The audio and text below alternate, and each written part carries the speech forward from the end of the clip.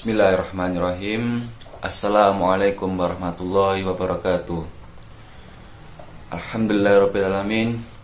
Wassalatu wassalamu ala sayyidil anbiya wal mursalin Sayyidina wa nabiyina Muhammadin sallallahu alaihi wasallam wa ala alihi wa sahbihi ajma'in. Perkenalkan, nama saya Kata Hafiz Martika. Teman-teman sekalian, Bapak, Ibu dosen pengampu, dan semua orang yang menonton video ini, semoga diberikan kesehatan, diberikan perlindungan oleh Allah Subhanahu wa Ta'ala. Insya Allah pada video ini saya akan menyampaikan materi tentang mahabbah, yang meliputi pengertian mahabbah, lalu apa tujuan mahabbah, lalu apa alat-alat untuk mahabbah, alat untuk mahabbah ketiga, lalu siapa tokoh yang mengembangkan mahabbah ini, dan yang terakhir adalah dalil mahabbah dalam Al-Quran. Baiklah, langsung saja ke materinya. Yang pertama adalah pengertian dari mahabbah. Apa itu mahabbah? Mahabbah berasal dari kata dasar ahabba yuhibbu mahabbatan, yang artinya adalah cinta atau cinta yang sangat mendalam, khususnya kepada Allah Subhanahu wa Ta'ala. Jika kita cinta kepada Allah Subhanahu wa Ta'ala, maka kita harus melaksanakan kewajiban, melaksanakan perintah yang Allah berikan kepada kita dan menjauhi larangannya. Lalu juga mahabbah cinta kepada Rasul, dimana jika kita cinta kepada Rasul, maka kita harus menjalankan sunnah-sunnahnya, lalu senantiasa bersolawat kepadanya, Rasulullah Muhammad SAW. Selanjutnya adalah tujuan mahabbah. Apa tujuan mahabbah itu? Mahabbah memiliki tujuan, yaitu agar kita bertakwa kepada Allah, mendekatkan diri kepada Allah, supaya dengan cinta kita kepada Allah, dengan kita mendekatkan diri kepada Allah, dengan kita bertakwa kepada Allah, kita akan mendapatkan ketenangan, kebahagiaan di dunia maupun di akhirat kelak nanti, insyaallah. Lalu selanjutnya adalah jenis-jenis dari mahabbah.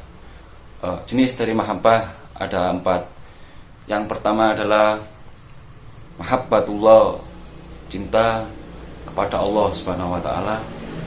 Yang kedua adalah cinta dan benci kepada seseorang atau apapun karena Allah Ta'ala, karena Allah Subhanahu wa Ta'ala. Mohon maaf, yang kedua adalah cinta kepada Nabi Muhammad SAW. Baru yang ketiga, cinta kepada seseorang atau benci kepada seseorang karena Allah Ta'ala, dan ini hukumnya wajib. Lalu yang keempat adalah cinta alami, seperti cinta kepada kedua orang tua, cinta kepada anak, cinta kepada makanan, seperti itu. Ini diperbolehkan dalam Islam. Saya ingin membahas sedikit tentang poin yang pertama dan yang ketiga dari jenis-jenis tadi.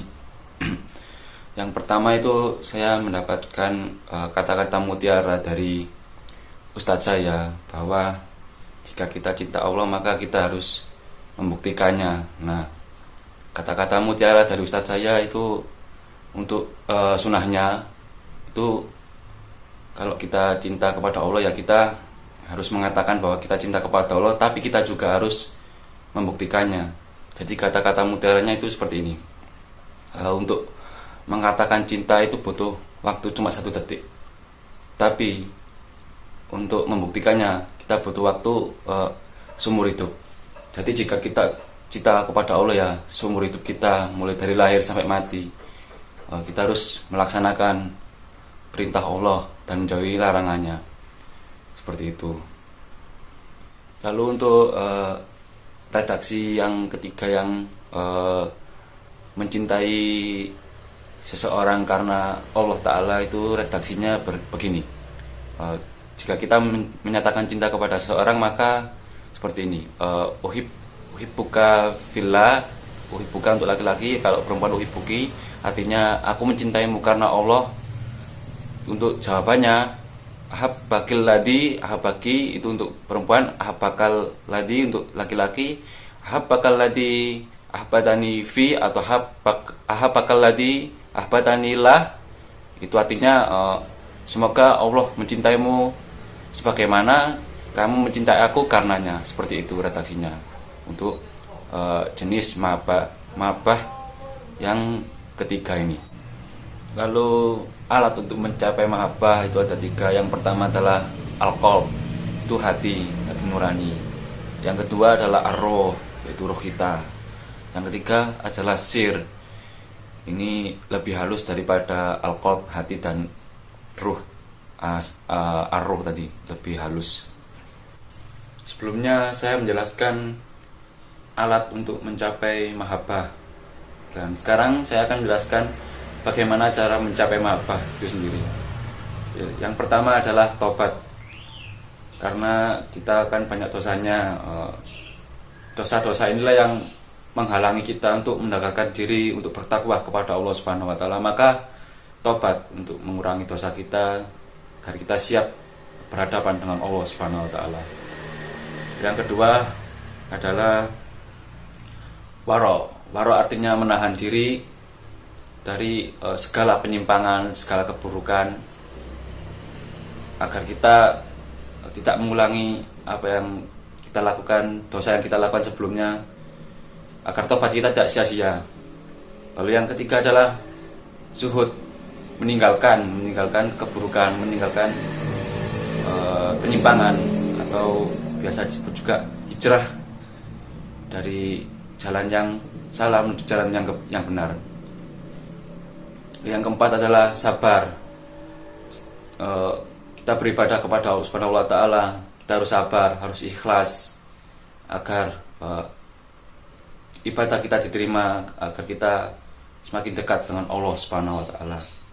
Dan yang terakhir adalah istiqomah, karena ibadah itu harus istiqomah agar ibadah kita tidak sia-sia dan ibadah kita diterima oleh Allah Subhanahu wa taala, kita semakin dekat dengan Allah Subhanahu wa taala. Untuk tokoh yang mengembangkan mahabbah ini, beliau adalah seorang Zaid perempuan yang berasal dari Basra, Irak. Beliau hidup di antara tahun 700 hingga 800 Hijriah. Nama beliau adalah Rabi'ah al-Adawiyah. Itu yang paling terkenal, tokoh yang paling terkenal yang mengembangkan mahabbah ini. Beliau dulunya adalah budak, lalu beliau dibebaskan. Beliau cinta sangat kepada Allah. Saking cintanya kepada Allah, beliau ini sampai lajang tidak menikah. Nah, beliau yang mengembangkan mahabbah ini, yang paling terkenal di antara para tokoh tasawuf. Yang terakhir adalah dalil tentang mahabbah dalam Al-Quran. Yang saya sebutkan di sini ada 3. Yang pertama adalah surat Al-Baqarah ayat 165, surat kedua. Lalu surat Al-Maidah, surat kelima ayat 54. Dan yang terakhir adalah surat Ali Imran ayat 31. Yang saya akan bacakan dan saya akan jelaskan di sini adalah pada surat Ali Imran ayat 31. A'udzu billahi minasyaitonir rajim. Qul in kuntum tuhibbunallaha yuhibbukumullahu wa yaghfir lakum dzunubakum wallahu ghafurur rahim. Yang artinya, katakanlah wahai Muhammad, jika kamu mencintai Allah, maka ikutilah aku. Niscaya Allah akan mencintaimu dan Allah juga akan mengampuni dosa-dosamu. Nah, maksudnya di sini adalah jika kita mencintai Allah setulus hati dengan sangat dalam, menjauhi larangan-larangannya, lalu melaksanakan perintah-perintahnya dengan ikhlas, sabar, maka Allah juga akan mencintai kita dan Allah akan mengampuni dosa-dosa kita. Mungkin itu saja materi yang saya sampaikan. Mudah-mudahan bermanfaat. Wallahu alam. Semoga kita tetap diberikan perlindungan oleh Allah Subhanahu wa taala, diberikan kesehatan. Terima kasih. Sekian. Wassalamualaikum warahmatullahi wabarakatuh.